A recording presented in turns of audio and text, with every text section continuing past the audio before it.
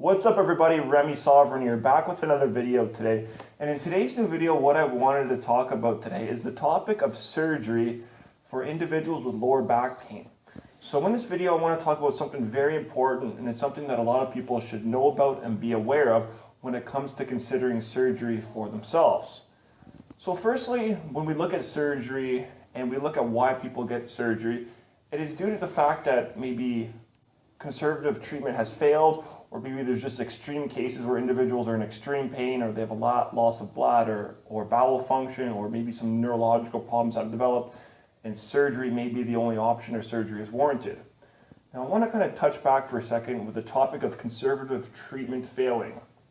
So oftentimes, what you may see actually happen is that when an individual has lower back pain and they go to conservative treatment, whether that's physical therapy, massage therapy, chiropractic care, or whatever type of therapy they're getting, sometimes they may actually get worse with that treatment they're getting from that clinician, be it a physical therapist, massage therapist, or chiropractor, and they end up getting surgery, or maybe surgery ends up being done and is recommended by the surgeon because they got worse from that conservative treatment. So when the neurosurgeon or whatnot looks at the individual and they see that conservative treatment has failed, they may put them right away, or they may suggest right away surgery for that individual or for that patient or whatnot.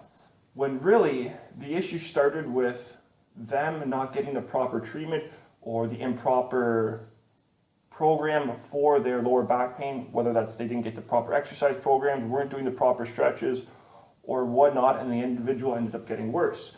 So now what ends up happening is that when a surgeon may see this, and if the surgeon does not do a thorough assessment on their patient, that being a physical assessment, they may just see, okay, conservative treatment failed, this patient now needs surgery because all other methods have failed and conservative treatment just didn't work and they didn't respond to it, so now we got to do surgery.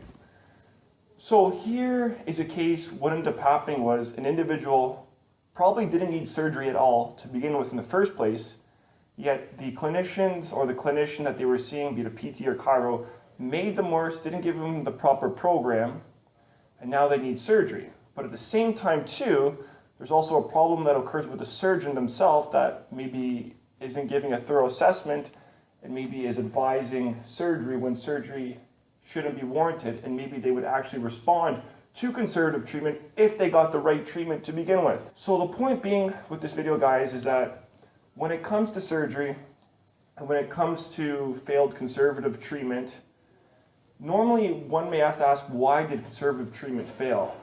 Was it because the clinician was incompetent? Did they not give you the proper program? Were you just not responding to it? Or maybe something else happened that maybe surgery was warranted? But anyways, the point being here is that all I'm trying to say is that oftentimes surgery may not be warranted, but it's actually given to people in cases where maybe it should not be given to. And then we wonder why sometimes surgery actually ends up failing the patient afterwards. Maybe they get surgery and they don't feel any better and they actually end up worse. And we kind of wonder why, because maybe they didn't need surgery to begin with in the first place, and rather they just weren't on the proper exercise program or treatment program for their lower back. So that's all I wanted to talk about and share with you guys in this video. Now keep in mind, guys, I'm not one to kind of advise on when surgery is needed. I'm just here to kind of share some tips with you guys and provide value to you, because this is something that's personal to me, specifically with lower back pain, just having gone through lower back issues.